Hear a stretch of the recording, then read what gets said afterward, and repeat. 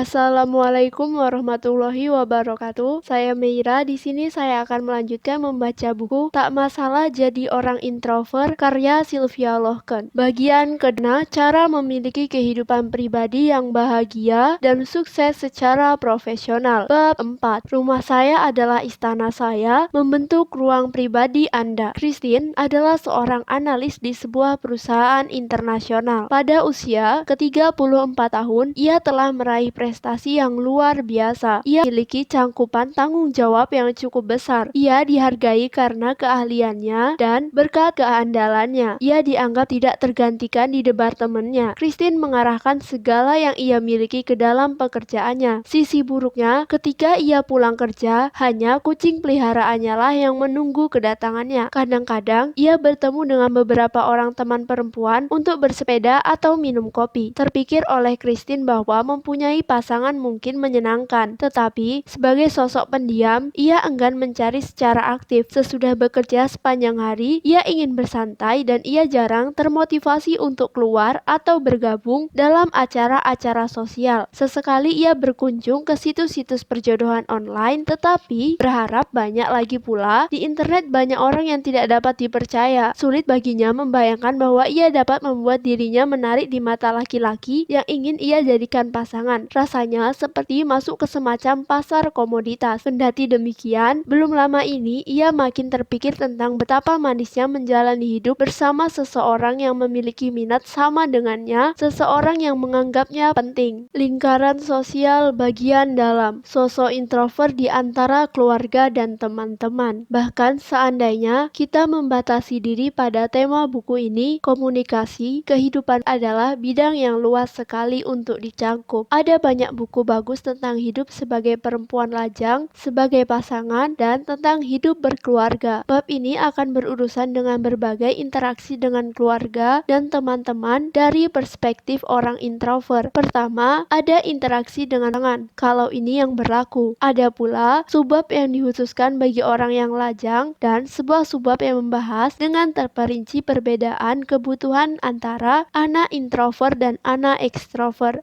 yang juga membahas strategi agar dapat menjadi orang tua yang penyayang dan mampu membesarkan kedua tipe anak dengan tepat. Anda disarankan membaca bagian-bagian yang relevan dengan kehidupan Anda saat ini. Hidup dengan dan tanpa pasangan. Orang-orang yang hidup dengan pasangan dan orang-orang yang hidup tanpa pasangan, entah karena pilihan atau bukan, menghadapi tantangan yang berbeda. Kedua cara hidup itu mempunyai keuntungan dan kesulitannya sendiri-sendiri, dan ini mau tidak mau juga harus dihadapi oleh orang-orang pendiam. Hidup bersama pasangan lebih mudah dalam beberapa hal dan lebih sulit dalam beberapa hal lain. Tentunya hidup dengan seseorang yang menganggap Anda penting, yang memahami Anda, dan yang mendorong Anda melakukan hal-hal baru akan terasa sangat menyenangkan. Di sisi lain, hidup bisa sangat melelahkan jika pasangan Anda memiliki kebutuhan-kebutuhan yang berbeda dari kebutuhan Anda, yang dalam prosesnya dapat membuat Anda kehilangan sebagian besar waktu untuk diri sendiri. Dalam beberapa halaman mendatang, kita akan bicara tentang kedua gaya hidup itu, tetapi kita akan mulai dengan membahas tahap yang ada di tengah-tengah keduanya, mencari seorang pasangan. Tahap yang bagi Christine terasa begitu menakutkan. Menemukan seorang pasangan. Apa yang akan Anda perlukan untuk investasi dalam hal ini? Energi. Mencari pasangan bagi banyak sosok introvert adalah tantangan yang sangat besar. Begitu juga bagi Christine. Bagaimanapun untuk melakukannya, Anda diharuskan mengambil inisiatif dan membuat langkah pertama. Pergi keluar untuk bertemu dengan orang-orang yang belum akrab dan berusaha mengenal mereka secara lebih baik. Ini memerlukan energi, dan itu juga berarti Anda harus berusaha menerima gagasan itu. Bagaimanapun, jika Anda telah memutuskan bahwa hidup Anda akan lebih baik jika hidup bersama pasangan, ada baiknya Anda mengambil langkah ini agar bisa sampai kehidupan yang Anda inginkan. Jika Anda dalam situasi ini, saya akan mengajak Anda untuk melakukan sesuatu yang apapun hasilnya tidak akan membuat Anda rugi. Memikirkan dengan cermat opsi-opsi yang tersedia, dan setelah itu membuat rencana-rencana pribadi Anda sendiri. Pasangan introvert atau ekstrovert. Jika Anda mencari seseorang untuk diajak hidup bersama, ada sebuah pertanyaan penting yang harus dijawab. Sebagai sosok pendiam, pasangan macam apa yang lebih tepat bagi Anda? Seorang introvert atau ekstrovert? Anda mungkin menanggapi dengan mengatakan bahwa karakter seseorang lebih penting daripada posisi mereka pada kontinum. Ini benar sekali, dan teorinya hubungan dengan tipe orang yang manapun berpeluang untuk sukses, tetapi dengan cara-cara yang berbeda, tertarik kepada yang berlawanan. Sebagai pasangan, sosok ekstrovert sering dianggap menarik oleh para introvert. Seperti dicermati oleh Carl Gustav Jung, kita cenderung tertarik pada orang yang bertolak belakang dengan diri kita, dan itu berlaku baik untuk introvert maupun ekstrovert. Plato percaya bahwa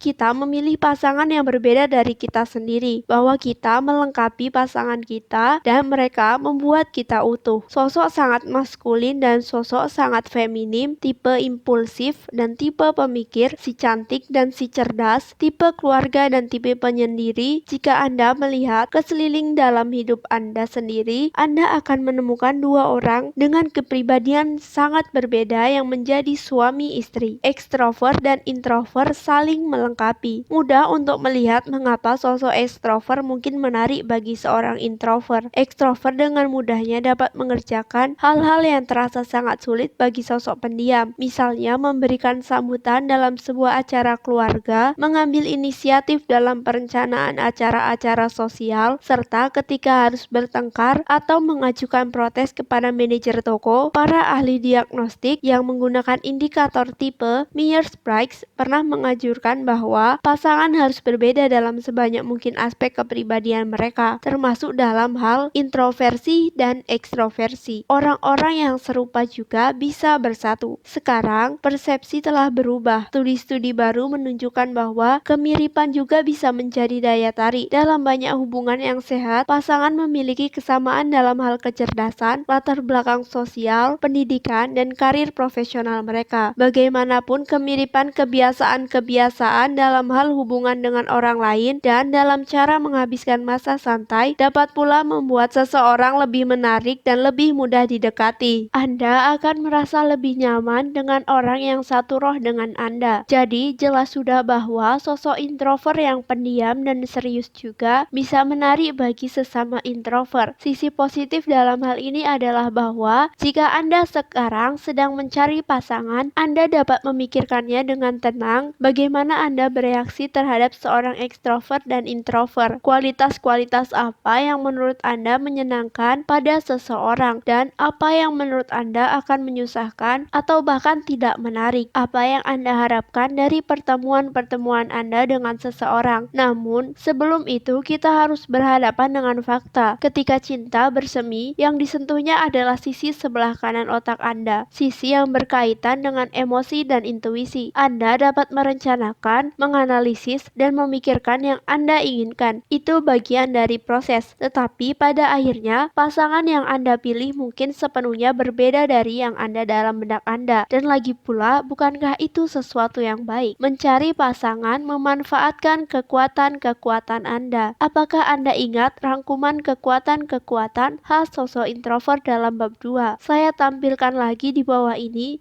sebuah rangkuman tentang semua kekuatan introvert dan bagaimana Anda dapat memanfaatkannya dalam tugas sesulit mencari pasangan hidup. Kasus Christine. Christine memilih strategi tradisional karena ketidakpercayaannya pada cara online. Ia memasang sebuah iklan di sebuah surat kabar mingguan yang terpercaya dengan terlebih dahulu mencermati kualitas-kualitas mana yang paling penting dari seorang pasangan baginya. Ia juga mengontak sebuah biro jodoh. Ia juga mulai menghadiri sebuah lokal karya tempat ia dapat mengejar sesuatu yang sudah lama sekali menjadi minatnya. Ia ingin menulis novel kriminal. Siapa tahu hobi barunya mungkin akan mempertemukannya dengan seseorang. Hidup bersama pasangan. Hubungan sebagai sebuah tantangan. Kebanyakan orang ingin menjalin hubungan, meskipun demikian, hubungan sering gagal. Negara-negara industri barat mempunyai angka perceraian sebesar 50%, dan angka itu hanya mencerminkan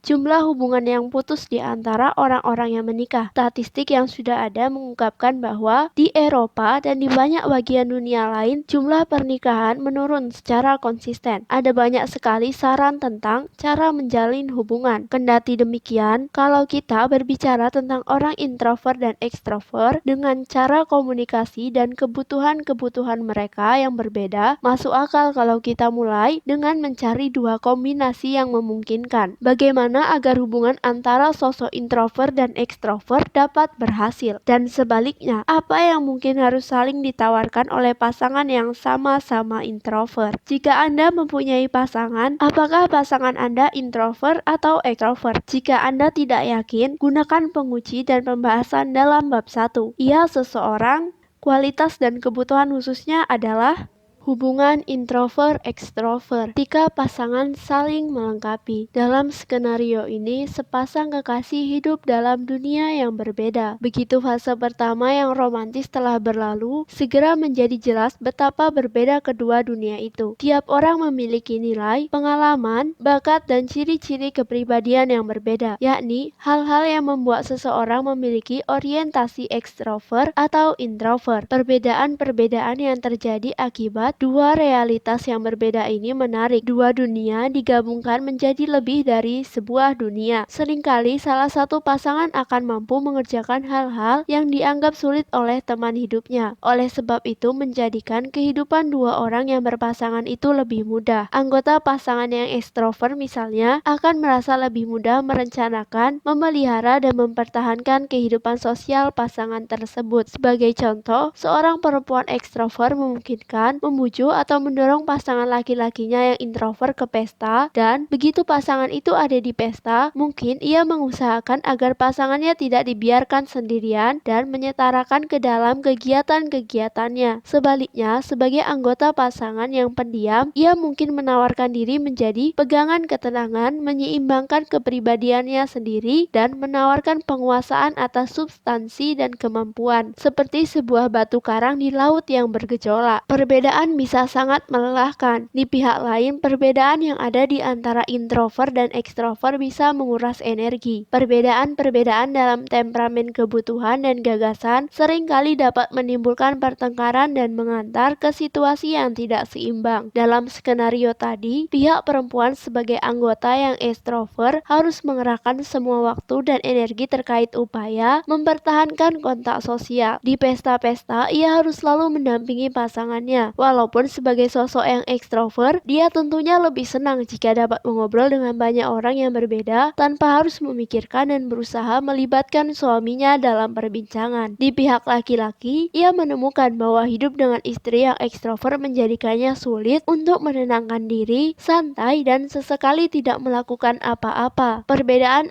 antara pasangan introvert dan ekstrovert dapat menjadi ancaman terhadap suatu hubungan atau menjadikannya lebih kaya. Kebutuhan-kebutuhan yang bertentangan. Ketika sosok introvert dan ekstrovert hidup bersama, kasus terburuk adalah saat perbedaan yang tidak bisa didamaikan mengancam kebahagiaan mereka sebagai pasangan. Pasangan yang introvert mungkin merasa dibayang-bayangi, diabaikan, dipahami secara keliru, atau mengalami tekanan. Pasangan ekstrovert mungkin merasa pasangannya yang introvert lemah, tidak peduli, terlalu penurut, atau terlalu pasif, yang pada gilirannya mungkin menimbulkan dampak negatif pada perasaan dan harga diri pasangan yang introvert. Selain itu, anggota ekstrovert mungkin menginginkan rangsangan lebih banyak dan kehidupan sosial yang lebih aktif dibandingkan pasangan mereka. Mereka mungkin juga merasa terabaikan secara emosi karena merasa tidak menerima kasih sayang sebanyak yang mereka butuhkan. Pasangan-pasangan introvert sebaliknya merasa lebih nyaman dalam sebuah hubungan ketika mereka tidak harus terus-menerus menunjukkan kasih sayang atau inisiatif. Dalam hal komunikasi, anggota pasangan introvert dan ekstrovert sering mempunyai pendapat berbeda soal kecepatan dan volume yang tepat untuk bertukar pikiran. Mereka umumnya juga akan memiliki perbedaan sikap terkait kontroversi dan konflik yang mungkin akan terkesan terlalu banyak, terlalu kencang, atau terlalu keras, atau terlalu cepat. Bagi seorang suami yang introvert, mungkin terkesan seperti cara interaksi yang normal normal bagi sang istri yang ekstrovert. Sebaliknya, sang istri mungkin bermasalah dengan reaksi pasangan pendiamnya yang lebih suka menarik diri ketika mereka berselisih pendapat, bukan menyelesaikan masalah yang ada. Bisa jadi muncul berbagai masalah terkait kerahasiaan karena sosok ekstrovert cenderung lebih bersedia berbagi informasi pribadi daripada sosok introvert. Landasan untuk saling menghormati. Terlepas dari semua itu, orang introvert dan ekstrovert masih bisa hidup bersama dan menikmati kemitraan yang saling memperkaya dengan syarat mereka mempraktikkan sesuatu yang menurut psikolog Hartwig Hansen 2008 sebagai kunci kemitraan sukses. Sikap hormat dalam kehidupan bersama. Sikap hormat lebih dari yang lain melibatkan pengakuan akan dua hal, kebutuhan mereka sendiri dan kebutuhan pasangan mereka. Dua kunci menuju kemitraan yang sukses. Pertama, mengakui kebutuhan Anda sendiri. Anda hanya akan bisa menerima kebutuhan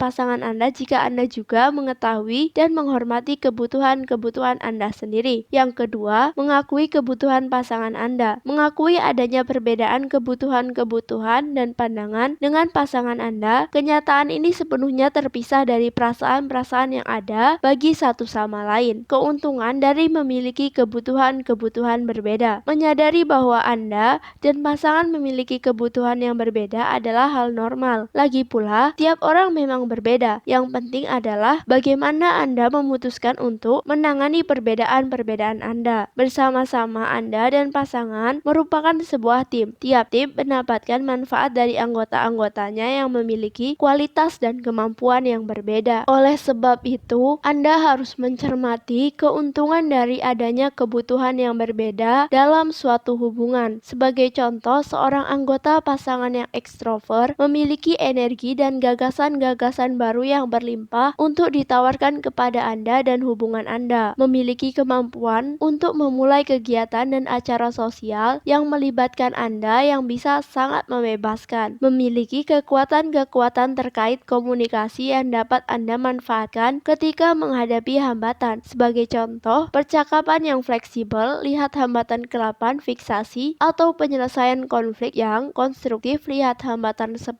keengganan menghadapi konflik. Komunikasi yang baik dengan pasangan yang ekstrovert. Demi kepentingan anggota pasangan introvert yang berhubungan dengan sosok ekstrovert, lagi pula buku ini ditulis untuk Anda.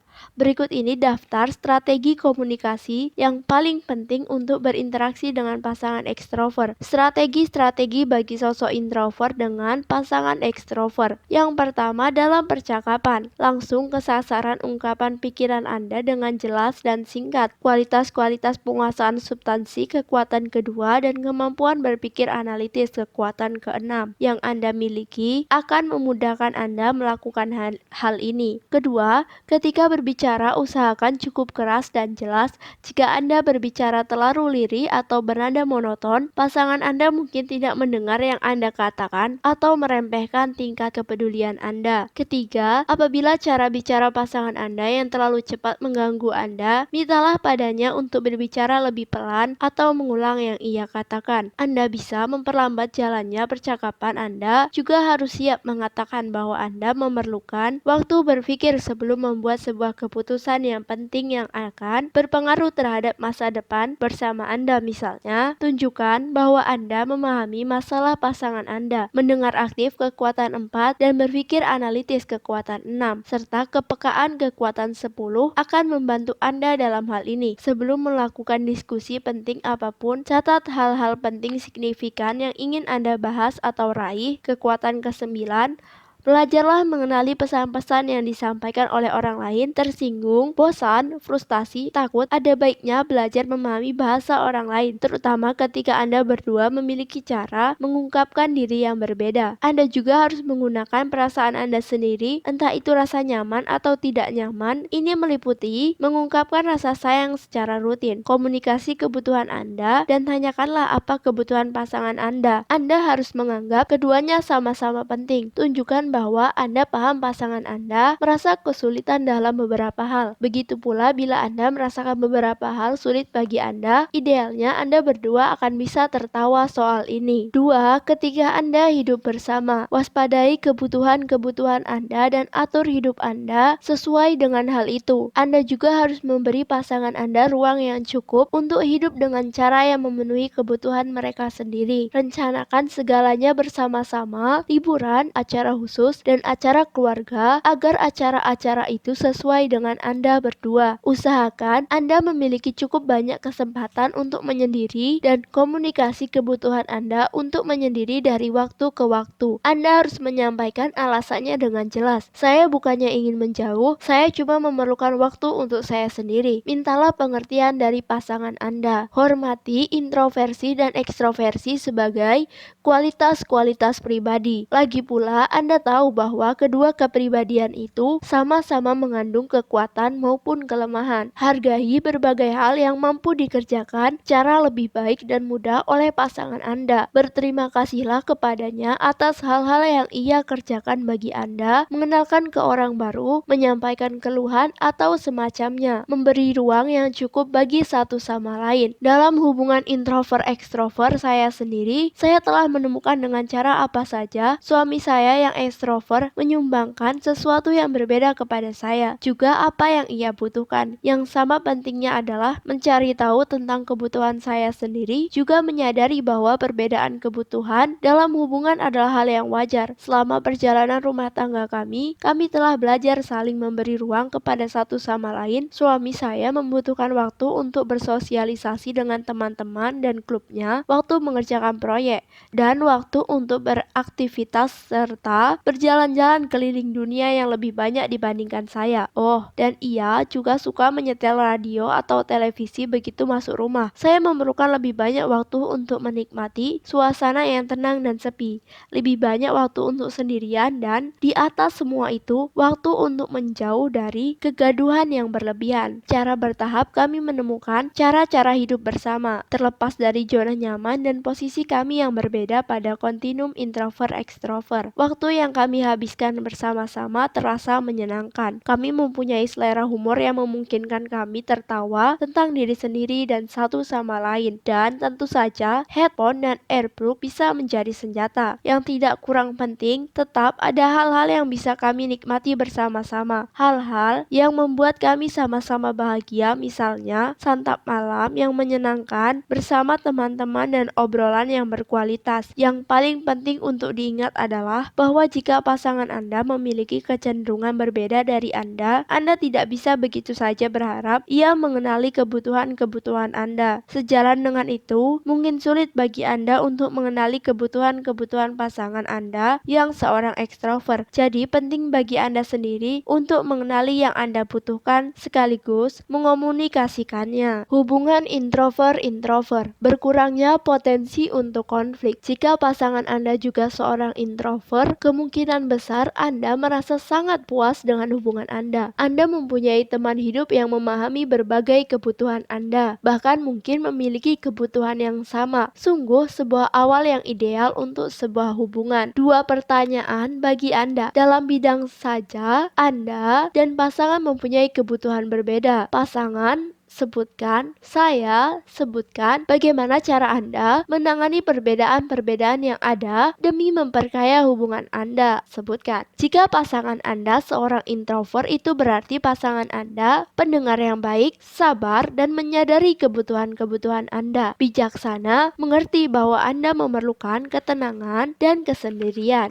Memiliki banyak minat yang sama dengan Anda. Menawarkan kemungkinan lebih sedikit untuk konflik. Bahaya stagnasi. Bagaimanapun kombinasi ini memiliki hambatannya sendiri. Hambatan terbesar barangkali stagnasi atau kemandekan karena keduanya memiliki keterbatasan yang sama. Resiko ini terutama menjadi besar jika kedua anggota pasangan cenderung pasif. Hambatan 4 atau menghindari kontak. Hambatan 9. Ini dapat menyebabkan mereka tidak mempunyai teman dan hampir tidak memiliki pengalaman yang menyenangkan bersama. Tidak adanya pengembangan pribadi dan terlalu sedikitnya fleksibilitas dalam memecahkan masalah, konflik, dan krisis. Saling memahami juga dapat berubah menjadi fiksasi dan saling ketergantungan. Seperti yang mungkin bisa Anda tebak, ini tidak sehat. Rangkuman di bawah menunjukkan cara Anda dapat mengarahkan komunikasi dan kehidupan bersama Anda sedemikian rupa sehingga Anda dan pasangan dapat menikmati kebutuhan-kebutuhan sekaligus menghindari berbagai hambatan yang mungkin muncul. Strategi-strategi bagi sosok introvert dengan pasangan introvert. Yang pertama, dalam percakapan, berbincanglah tentang hal-hal yang membuat Anda berbeda. Apa makna perbedaan-perbedaan itu bagi hubungan Anda? Komunikasikan kebutuhan Anda dan bandingkan dengan kebutuhan pasangan Anda ketika membahas hal ini. Perlakukan kedua kelompok kebutuhan itu secara setara. Beritahu pasangan sejak awal jika Anda ingin membicarakan sesuatu yang penting. Ini akan memberinya kesempatan untuk mempersiapkan diri. Anda juga dapat memilih berkomunikasi dalam bentuk tulisan jika Anda sama-sama senang mengekspresikan diri dalam tulisan. Kekuatan ke-9, email, pesan singkat, atau catatan pada secari kertas. Anda memiliki banyak media berbeda yang dapat dipilih. Kedua, hidup bersama. Ciptakan ritual-ritual yang akan membawa keragaman ke dalam hidup Anda. Berikut ini beberapa saran. Cobalah sebuah hobi baru sekali setahun. Pergilah bersama setiap 2 pekan sekali. Sekali sebulan cobalah berkenalan dengan seseorang yang menarik. Setiap 2 bulan rencanakan kejutan bagi Anda dan pasangan Anda. Aturlah hal ini secara bergilir. Catat ritual-ritual Anda di kalender. Berlatih bersama sebelum menghadapi diskusi yang sulit, konferensi bab 7 dan presentasi bab 8 yang akan datang. Anda berdua akan diuntungkan dengan latihan seperti ini. Kejar minat pribadi Anda sendiri sambil tetap memelihara pertemanan dan jaringan Anda. Lakukan tanggung jawab bagian Anda untuk mendapatkan hidup yang seimbang bersama-sama. Jika Anda hidup bersama seorang yang introvert, sekaranglah waktunya untuk mencermati hubungan Anda sendiri. Apa yang Anda dan pasangan introvert Anda sama-sama miliki? Tuliskan. Hambatan atau tantangan apa yang Anda rasakan dalam kehidupan bersama pasangan dan apa yang dapat Anda perbuat guna menghindari akibat negatif? Hambatan-hambatan apa saja dan cara mengatasi hambatan-hambatannya? Tuliskan. Hidup sebagai lajang yang introvert. Hidup sendiri tanpa merasa kesepian. Hidup sendiri mempunyai keuntungan dan kerugian. Mungkin ini adalah gaya hidup yang Anda pilih secara sengaja, atau mungkin karena Anda kehilangan pasangan. Banyak orang introvert merasa mampu hidup sendiri tanpa merasa kesepian. Mereka mencari bermacam-macam kegiatan sehingga mereka dapat hidup cukup puas tanpa pendamping. Bahkan ada yang merasa beruntung karena dapat bersantai dan memulihkan diri dalam ketenangan dan keheningan sesudah melewati hari kerja yang melelahkan. Resiko bagi yang hidup sendiri. Resiko-resiko hidup sendiri sama seperti resiko hubungan introvert-introvert. Bedanya, pada kasus ini Anda sendirian ketika merasakan sulitnya memulai sesuatu kegiatan atau bertemu orang lain alih-alih berjuang bersama pasangan introvert Anda. Hal ini terutama akan Anda alami jika sebagai lajang. Anda cenderung pasif, hambatan keempat, atau menghindari kontak, hambatan ke-9.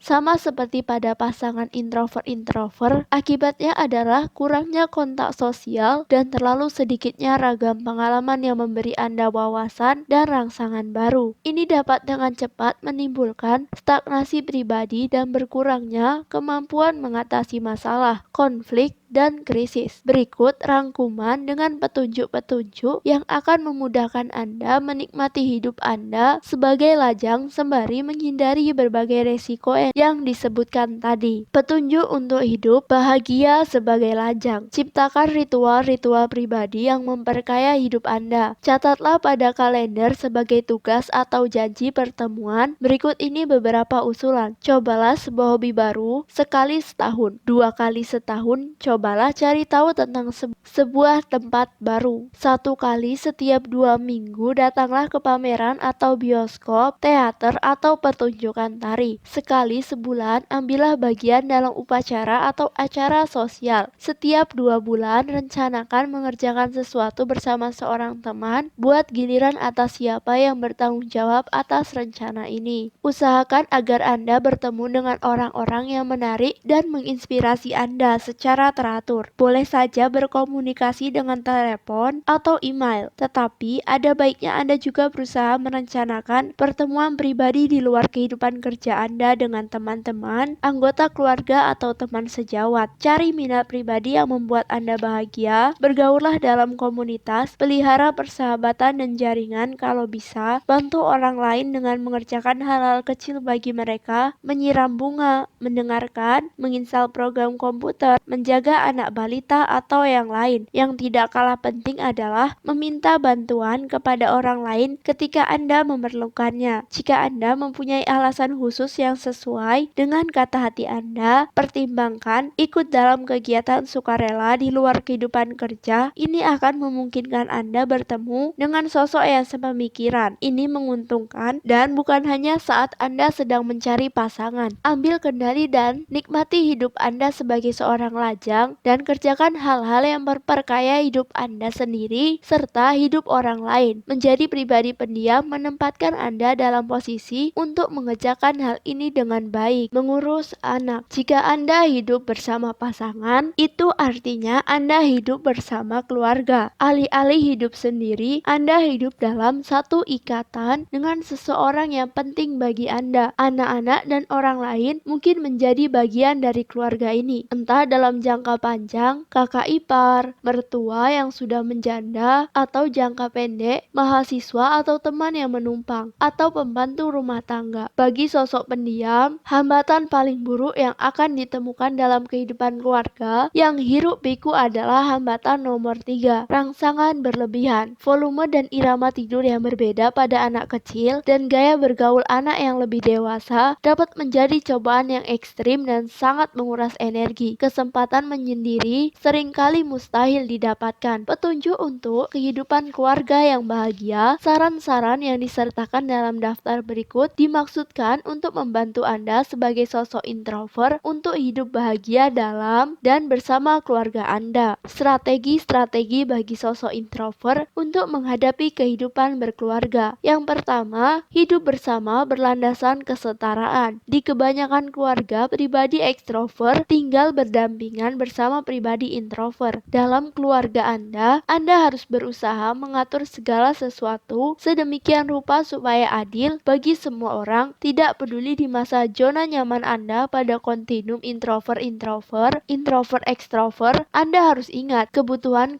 pribadi introvert maupun ekstrovert harus dianggap sama. Keinginan untuk istirahat siang sama wajarnya dengan keinginan menghindari pekan raya bersama teman-teman. Kedua, ruang untuk menyendiri. Carilah sebuah ruang tempat Anda dapat merasa nyaman dan menyendiri sekurangnya untuk beberapa saat. Mungkin itu kamar tidur Anda sendiri, ruang bawah tanah, atau kamar loteng. Ruang tengah pada umumnya adalah ruangan untuk menghabiskan waktu bersama-sama. Bagaimanapun, kadang-kadang ruangan ini dapat digunakan untuk relaksasi ketika mereka yang bisa menyebabkan kegaduhan sedang tidur atau sedang keluar. Ketiga, tingkat kebisingan. Jika Anda peka terhadap bising, lakukanlah langkah-langkah aktif untuk mengurangi tingkat kebisingan yang seringkali memang terlalu berlebihan. Satu hal yang pasti adalah bahwa kebisingan nyaris tak terhindarkan. Berikut ini beberapa yang dapat Anda perbuat. Mintalah agar semua orang berbicara dengan volume ruangan. Tegakkan aturan bahwa semua orang wajib bicara dengan volume wajar di meja makan. Anda juga dapat menggunakan istilah itu untuk mengingatkan anggota keluarga yang cenderung berkomunikasi dengan volume suara tinggi dalam situasi-situasi tertentu agar mereka menurunkan volume suara. Menyuruh si pembuat gaduh pergi. Jika ada dua orang yang bertengkar atau ada anak yang rewel, situasi-situasi yang biasanya sangat gaduh, Anda dapat menghilangkan stres dengan menyuruh mereka yang terlibat pergi ke ruangan lain. Lagi pula mustahil bicara baik-baik ketika orang sedang marah. Bagaimanapun masalahnya harus tetap dibahas, begitulah situasi sudah agak tenang. Manfaatkan teknologi. Dalam keluarga kami ada handphone untuk menonton televisi. Maka dari itu sebagai ibu yang introvert dan peka terhadap bising, saya tetap dapat duduk dekat suami dan putra saya sambil membaca buku sementara mereka menonton The Simpsons. Keempat, baby sister. Bagi orang tua yang introvert, peran pengasuh anak sangat penting bagi kelangsungan hidup mereka. Entah itu kakek nenek, tetangga remaja, atau keponakan yang bisa diandalkan. Ada ada baiknya mempunyai seseorang untuk mengasuh anak-anak, karena itu dapat mengurangi beban sebagai orang tua. Ada baiknya pula mempunyai pengasuh anak bukan karena Anda ingin pergi ke bioskop atau ke suatu acara bersama pasangan, tetapi hanya karena Anda menginginkan sedikit ketenangan dan keheningan. Pengasuh anak sebagai contoh dapat membawa anak-anak ke bioskop, museum, atau taman selama 1 atau 2 jam. Bonusnya, Anda akan semakin menyadari rasa sayang Anda kepada anak-anak setelah Anda berlibur sejenak untuk menikmati ketenangan dan keheningan. Dan Anda sendiri juga akan terlihat lebih santai apabila keuangan Anda terbatas. Anda dapat mengatur giliran mengasuh anak-anak dengan tetangga cara bergantian, sekaligus mengakrabkan hubungan dengan mereka. 5. Makanan untuk pikiran. Ini sesuatu yang sebagai seorang introvert akan Anda butuhkan untuk mencegah kehidupan batin Anda tersiksa akibat stres sehari-hari, khususnya ketika mengarungi babak-babak sibuk dalam kehidupan keluarga. Ketika sedang bekerja, sisihkan waktu untuk Anda sendiri. Usahakan Anda menikmati banyak buku bagus, film yang menarik, blog yang menyenangkan untuk dibaca, dan obrolan nyata tentang masalah-masalah yang bukan penyakit anak atau memilih sekolah. Sebaiknya Anda juga berbincang-bincang dengan orang-orang yang tidak mempunyai anak. 6. Olahraga. Olahraga baik untuk kita semua. Tidak peduli dengan siapa kita tinggal, carilah olahraga yang sesuai dengan Anda dan yang dapat Anda tekuni sendirian. Ini mempunyai 2 keuntungan. Olahraga akan membuat Anda tetap bugar, secara bersamaan juga mengisi baterai Anda. Kebanyakan olahraga berikut juga dapat dikerjakan bersama-sama dengan teman-teman dan keluarga kalau Anda mau. Pergi ke gym, sanggar senam, arena sepatu roda, jogging, pilates, bersepeda, berenang, berlayar, berselancar, tai chi, menyelam, berjalan kaki, mengembara, dan yoga. Anak introvert atau ekstrovert. Sama seperti orang dewasa, anak-anak juga mempunyai kepribadian, walaupun harus dikatakan pula bahwa kepribadian mereka berubah dan tumbuh serta semakin jelas seiring bertambahnya usia. Bahkan bayi sekalipun bereaksi terhadap lingkungan serta orang-orang di sekitar mereka dengan cara yang berbeda-beda, tergantung apakah mereka memiliki kepribadian introvert atau ekstrovert. Anak-anak juga memiliki zona nyaman yang belum jelas pada kontinum introvert-ekstrovert. Seperti diterangkan di bab 1, jika Anda mempunyai anak atau tinggal bersama anak-anak, Anda akan lebih bisa mendukung dan mendorong perkembangan mereka jika Anda tahu apa kebutuhan anak introvert maupun ekstrovert. Bagi introvert yang masih muda khususnya, alangkah baiknya jika kekuatan dan kecenderungan berperilaku mereka dapat dipahami di dunia tempat anak-anak ekstrovert sering dianggap keren. Bagaimanapun, ada baiknya pula bagi anak-anak ekstrovert untuk belajar sejak awal tentang keunggulan-keunggulan dan kesulitan-kesulitan mereka. Menilai anak Anda hanya perlu mengira-ngira jenis kepribadian mana yang dimiliki oleh anak Anda, dan untuk ini Anda dapat menggunakan rangkuman di bab 1. Pada anak-anak seperti pada orang dewasa, introversi atau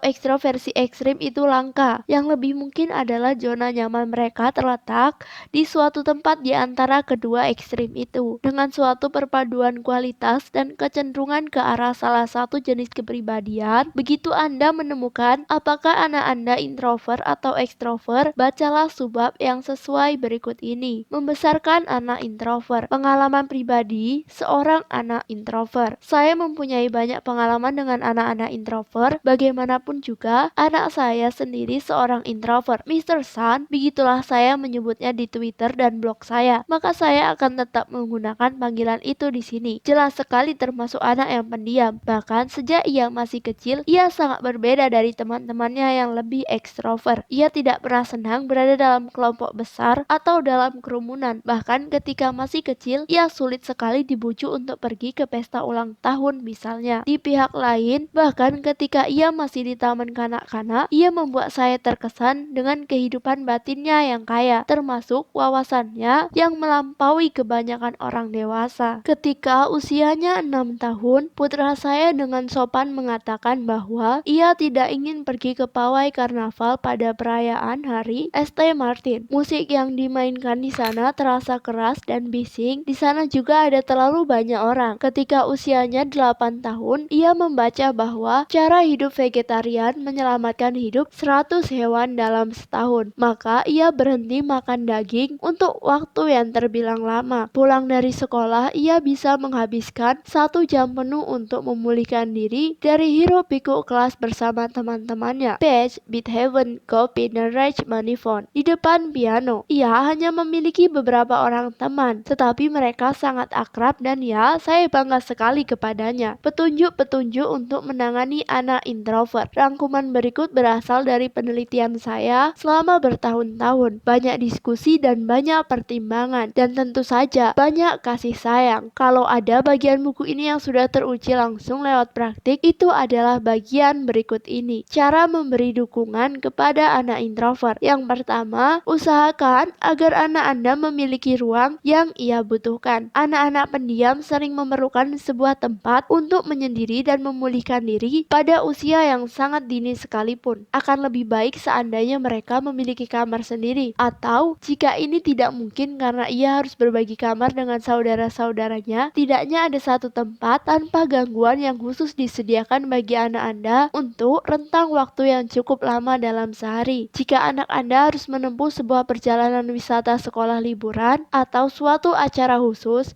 maka Anda dapat berdiskusi dengannya, memberitahu bahwa ia tetap bisa menyendiri sekalipun kalau perlu. Beri waktu kepada anak Anda untuk melakukan pengamatan dan pertimbangan sebelum ambil bagian dalam sebuah kegiatan kelompok. Ruang juga berarti menjauh dari orang lain. Hormati waktu sendirian anak Anda dan biasakan mengetuk pintu sebelum memasuki kamarnya. Cari tahu berapa banyak kedekatan fisik, memeluk, membelai, dan duduk berdekatan di mobil yang dirasakan nyaman oleh anak Anda, dan hormati zona nyamannya. Kedua, ciptakan ritual-ritual untuk menjadikan waktu istirahat lebih mudah. Makin sering Anda memasukkan waktu istirahat dalam jadwal harian keluarga, anak Anda akan semakin mudah mengambil manfaat dari kebiasaan itu. Ritual, hal-hal yang selalu dilakukan dengan cara serupa dengan alasan yang sama, dapat sangat membantu dalam hal ini. Berikut ini beberapa contoh. Ritual ketika sedang berlibur. Rencanakan waktu istirahat sesudah mengikuti sebuah acara yang sibuk. Sehabis berbelanja, rencanakan 1 hari untuk membaca, dan sudah berenang di kolam, nikmati teh dan biskuit. Ritual untuk acara-acara jauh dari rumah. Bawa anak Anda ke sana pada saat yang tepat, tidak mendadak, dan ajak ia melakukan permainan bersama. Dapatkah ia menemukan tempat yang memungkinkannya menghindar dari hiruk pikuk dan bersantai sejenak? Libatkan tuan rumah kalau perlu. Ritual untuk kehidupan sehari-hari. Ketika ia pulang dari sekolah atau dari taman kanak-kanak, duduklah dengan nyaman di meja bersama anak Anda, sementara ia menikmati segelas minuman kesukaannya dan camilan yang lezat. Jangan menghujaninya dengan pertanyaan. Saya mengatakan hal ini sebagai seorang yang cerewet ketika mengajukan pertanyaan. Ketiga, bantu anak-anak Anda menemukan kebutuhan-kebutuhan mereka sendiri. Temukan situasi yang dirasa cocok bagi anak Anda dalam situasi-situasi tertentu, khususnya ketika umumnya situasi tertentu lebih berorientasi ekstrovert. Sebuah pesta ulang tahun misalnya, tidak harus mendatangkan tamu yang terlalu banyak. Adakan acara dengan mengajak anak Anda menghabiskan sehari di danau bersama seorang sahabat, di mana ia bisa berpiknik dan menikmati sebuah kue. Jika anak Anda terlihat stres dalam situasi yang sulit atau tiba-tiba marah, yang juga bisa terjadi pada anak-anak introvert, usahakan Anda sendiri bersikap setenang mungkin. Tarik nafas dan kalau perlu menjauh. Begitu anak Anda mulai tenang, pelajari peristiwa itu. Apa yang terjadi? Apa yang dapat diperlakukan agar tidak terulang lagi di kemudian hari?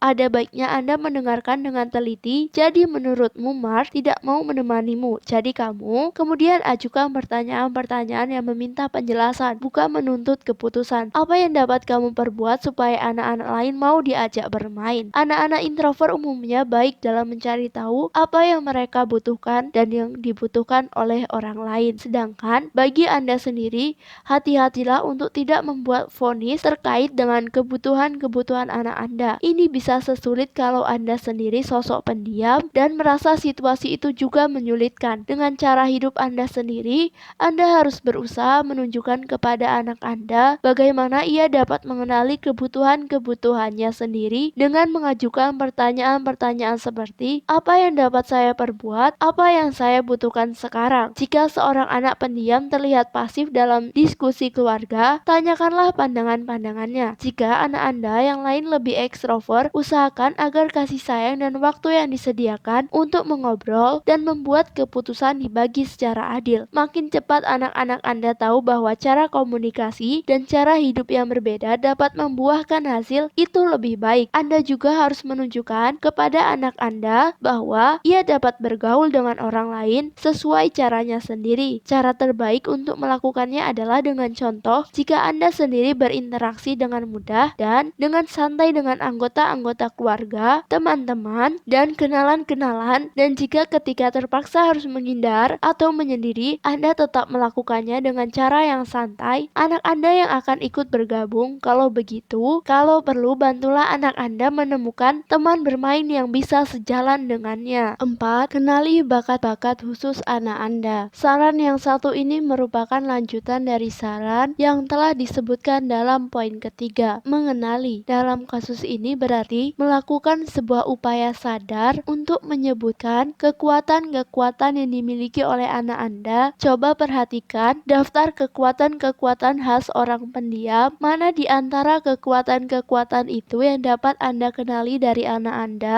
baik yang masih tanda-tanda maupun yang sudah berkembang dengan penuh. Agar signifikan dalam jangka panjang, pengenalan dalam hal ini harus spesifik. Alih-alih mengatakan, kau terlalu perasa, lebih baik berkata, menurut ayah, kebiasaanmu mempertimbangkan situasi sebelum bertindak itu bagus sekali. Dengan melakukan hal ini, Anda juga dapat membantu anak Anda mengembangkan kesadaran diri yang lebih besar sambil juga mengatasi keraguan mereka. Anak-anak introvert jauh lebih mungkin meragukan diri sendiri daripada anak-anak yang ekstrovert. Mereka juga cenderung cepat menghakimi diri sendiri dengan keras. Aku memang payah. Oleh sebab itu, Anda harus berusaha sebisa mungkin untuk tidak menularkan stres Anda sendiri kepada seorang anak introvert misalnya, dengan bersikap tidak sabar atau dengan menciptakan tekanan karena kemungkinan besar ia akan merasa stres. Anda adalah kesalahannya. Jika Anda menerima dan mendukung cara khas anak Anda dalam mengerjakan sesuatu, itu akan membantunya dalam jangka panjang. Itu akan membantunya menghindar dari hambatan akibat suara kritis dalam dirinya. 5. Dukung kehidupan sekolah anak Anda. Anak pendiam cenderung tidak menonjol di kelasnya. Di satu sisi ini berarti mereka jarang menyulitkan guru-guru. Akan tetapi di sisi lain, mereka mendapatkan perhatian lebih sedikit daripada teman-teman kelas mereka yang lebih vokal. Ini dapat menjadi masalah misalnya ketika orang menilai penampilan oral yang lebih sulit diukur secara objektif daripada prestasi dalam karya tulis. Seorang anak yang pendiam lebih mudah dianggap pasif dan karena itu dianggap tidak menyumbang sebanyak yang mungkin ia berikan dalam kerja kelompok. Anda dapat menghindari masalah-masalah ini dengan terus berdialog dengan guru-guru. Otak anak-anak introvert mungkin memerlukan waktu lebih lama untuk mengolah sesuatu karena rangkaian saraf mereka yang lebih panjang. Di pihak lain, mereka seringkali lebih teliti daripada teman-teman kelas mereka yang lebih ekstrovert. Mereka juga cenderung mampu berkonsentrasi lebih lama. Cukup tunjukkan yang berhasil dicapai oleh anak Anda di luar sekolah, dalam olahraga, musik, membaca, dan sebagainya. Namun yang tidak kalah penting, Anda harus memberi anak Anda banyak kesempatan untuk belajar ragam komunikasi yang diperlukan di sekolah dalam situasi aman di rumah ini. Mungkin meliputi diskusi di meja makan, pembicaraan ketika meminta uang saku lebih banyak, atau ketika mengerjakan proyek tentang satwa yang terancam punah dalam sebuah kelompok kecil. Apakah sosok introvert itu lambat berkembang? Akhirnya ada data yang menenteramkan hati. Dalam studi-studi yang terkait dengan orang pendiam, banyak psikolog menyebutkan bahwa mereka cenderung sangat lambat berkembang. Banyak hal dari kehidupan di sekolah dengan situasi kelas dan tekanan kelompok memberikan ketegangan kepada anak-anak pendiam sehingga mereka tidak selalu menyadari potensi penuh mereka. Kabar baiknya adalah begitu anak-anak itu mulai menghubungkan kebutuhan kebutuhan serta kecenderungan mereka sendiri dalam hal akomodasi, mata pelajaran, bidang kerja, dan kehidupan sosial, mereka sering mendapat dorongan yang sesungguhnya dan menjadi bahagia serta sukses dalam kegiatan-kegiatan yang mereka pilih. Membesarkan anak yang ekstrovert. Jika Anda sendiri sosok pendiam, anak yang ekstrovert mungkin menjadi sebuah tantangan, karena buku ini dimaksudkan terutama bagi orang pendiam. Ikhtisar berikut ini memberi penekanan khusus pada masalah-masalah yang mungkin menimbulkan friksi. Cara membesarkan anak ekstrovert. Yang pertama, pastikan anak Anda mempunyai orang-orang yang dapat diajak bicara. Anak-anak ekstrovert tumbuh pesat ketika mereka dapat mengomunikasikan gagasan dan impresi mereka kepada orang lain. Disinilah mereka mendapatkan energi. Seorang teman saya yang introvert belum lama ini bercerita kepada saya tentang putranya. Saya menyayanginya, tetapi ketika saya sedang bersamanya, rasanya seperti ada radio yang menyala terus sepanjang waktu. Ia mengatakan semua hal yang muncul di kepalanya. Kadang-kadang itu membuat saya jengkel. Jika Anda sendiri introvert, poin dalam petunjuk pertama ini adalah agar Anda dapat melepaskan sebagian dari tekanan itu. Sebagai seorang ibu atau ayah, Anda tentu harus hadir ketika anak Anda ingin bicara, tetapi akan lebih baik bagi Anda sendiri dan bagi anak Anda jika Anda bukan satu-satunya yang dapat diajak bicara. Orang ekstrovert merasa lebih mudah mengembangkan pikiran mereka jika mereka dapat mengartikulasikan pikiran mereka. Akan tetapi, Anda akan siap membantu baik diri sendiri maupun anak Anda jika Anda mendorongnya menjalin pertemanan dan kontak dengan sejumlah mitra komunikasi. Biarkan anak Anda mengundang teman-teman ke rumah, biarkan mereka bermalam bersama teman-teman dan keluarga, dan ajak mereka ke acara-acara dan peristiwa-peristiwa khusus yang sesuai bagi anak-anak. Jangan terkejut jika bahkan seorang anak ekstrovert sekalipun juga melewati fase-fase menarik diri. Ini sesuatu yang normal dalam perkembangan anak, tidak berarti anak Anda berubah dari ekstrovert menjadi introvert. Kedua, dorong anak Anda mengevaluasi pengalaman-pengalaman dan kesan-kesan. Karena rute-rute pendek dalam otak, kaum ekstrovert cenderung bereaksi lebih cepat dan impulsif. Di pihak lain, mereka dapat beralih dengan cepat dari satu kesibukan lain. Di pihak lain, konsentrasi mereka mudah terganggu. Gunakan kekuatan Anda sendiri untuk membantu anak Anda menahan diri beberapa waktu untuk merenung. Apa tepatnya yang sedang terjadi? Siapa menginginkan apa? Apa kemungkinan-kemungkinan yang ada untuk memecahkan masalah? Bagaimana situasi ini dapat diperbaiki? Anda juga harus menggunakan cara ini jika Anda terganggu oleh sesuatu yang telah diperbuat oleh seorang anak ekstrovert. Dari sudut pandang Anda, apa yang keliru? Anak Anda terus menyuruh-nyuruh seorang teman yang diundang untuk bermain. Apa yang harus dilakukan? Anak Anda meminta maaf dan merencanakan sebuah permainan untuk kesepakatan lain yang adil bagi mereka berdua. Anak Anda akan secara bertahap belajar mengumpulkan informasi lebih banyak dari diri dan tindakan mereka sendiri, sehingga mereka terdorong untuk mengubah perilaku dan mengembangkan kebebasan membuat keputusan yang mereka miliki.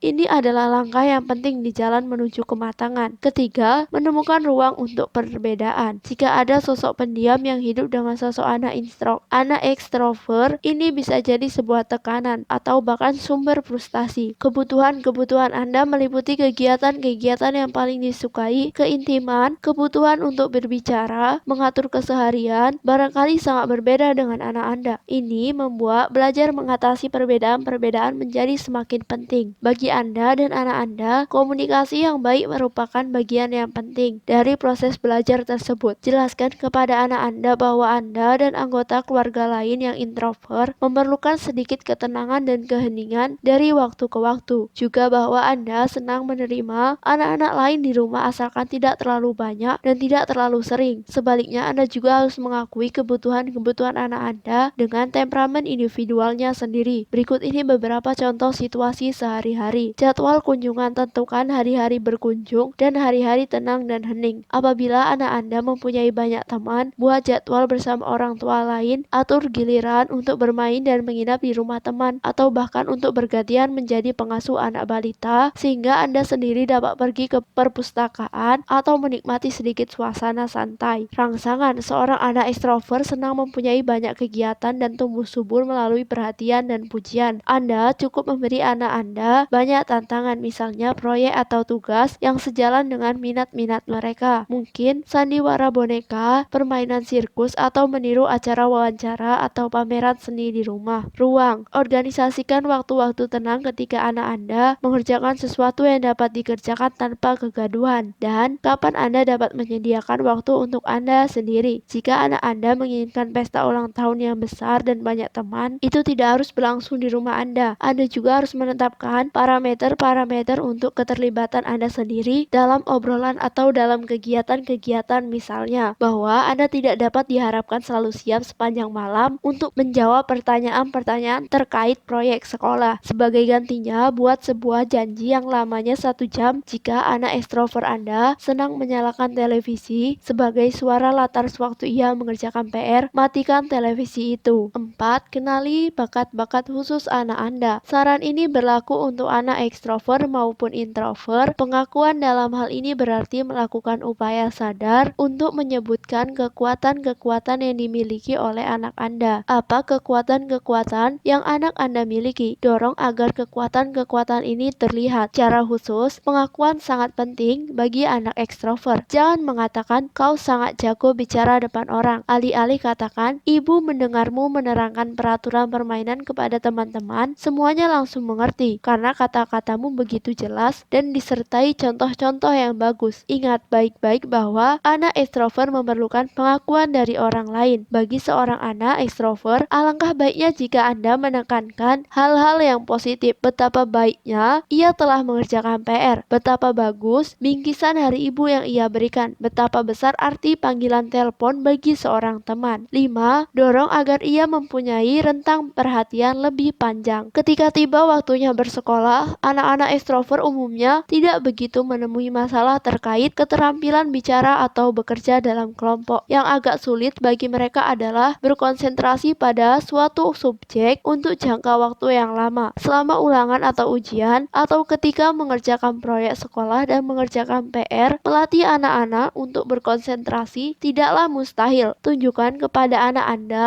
cara membagi tugas menjadi langkah-langkah yang lebih kecil. Berikan pujian ketika ia menyelesaikan sebuah tugas yang membutuhkan waktu pekerjaan cukup lama. Biarkan anak Anda berpindah-pindah mengerjakan kegiatan-kegiatan yang berbeda, tetapi hanya setelah ia meluangkan waktu yang cukup pada sebuah kegiatan yang secara bertahap diperpanjang rentannya. Sebagai alternatif, ubahlah itu menjadi semacam kompetisi. Berapa banyak soal matematika yang berhasil dipecahkan oleh anak Anda dalam 20 menit? Jenis tantangan yang bersahabat itu merupakan cara yang bagus untuk memotivasi anak-anak ekstrovert. Hidup dengan kekuatan sekaligus hambatan. Makin cepat anak-anak Anda belajar mengenali kekuatan-kekuatan dan hambatan-hambatan mereka, dan semakin sering mereka merasa diterima dan dicintai apa adanya, akan makin baik kehidupan mereka di masa mendatang. Tumbuh dalam sebuah keluarga yang menghormati bakat setiap anggotanya adalah persiapan yang bagus untuk memasuki kehidupan dewasa, agar mereka lebih luas dalam interaksi sosial dan agar lebih mampu mandiri. Yang penting untuk diingat, berbagai hidup dengan orang lain adalah sesuatu yang memperkaya kaum introvert maupun ekstrovert. Walaupun sosok introvert mungkin merasa mampu memenuhi kepuasan hidupnya sendiri, sosok pendiam dapat menggunakan kekuatan-kekuatan sosok introvert dalam mencari pasangan hidup. Sebuah hubungan dapat berhasil entah dengan seorang introvert atau ekstrovert sebagai pasangan. Bagaimanapun dalam tiap kasus, ada hal-hal serta hambatan-hambatan berbeda yang harus diperhitungkan dan diatasi. Mengenali dan menghormati kebutuhan diri sendiri maupun orang lain sangatlah penting dalam hal komunikasi dan hidup bersama. Ketika satu pasangan memandang diri sebagai sebuah tim, melihat perbedaan sebagai hal-hal yang saling memperkaya akan lebih mudah dilakukan. Orang-orang yang pendiam, yang hidup sendiri mungkin bahagia dengan gaya hidup mereka, tetapi mungkin juga menghadapi resiko terisolasi dengan stagnasi dalam perkembangan kepribadian mereka. Memilih kegiatan dan ritual yang tepat dapat menjadi cara bagus untuk mencegah hal ini. Layaknya hubungan orang yang berpasangan, hidup dalam sebuah keluarga dengan anak-anak akan sukses ketika setiap anggota keluarga memiliki ruang yang cukup untuk memenuhi kebutuhan dan mengekspresikan temperamen masing-masing. Di satu pihak, ini menuntut pertimbangan dan kesediaan untuk berkompromi. Akan tetapi di pihak lain ini juga mengajarkan bagaimana memahami satu sama lain. Anak-anak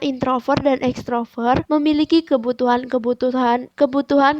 khusus mereka sendiri dalam hal komunikasi dan perkembangan pribadi. Dalam membesarkan anak-anak, ada untungnya bagi setiap orang yang terlibat jika orang tua mengenali bakat-bakat dan kebutuhan-kebutuhan pribadi mereka sendiri dan dapat memberikan dukungan yang tepat bagi anak-anak mereka.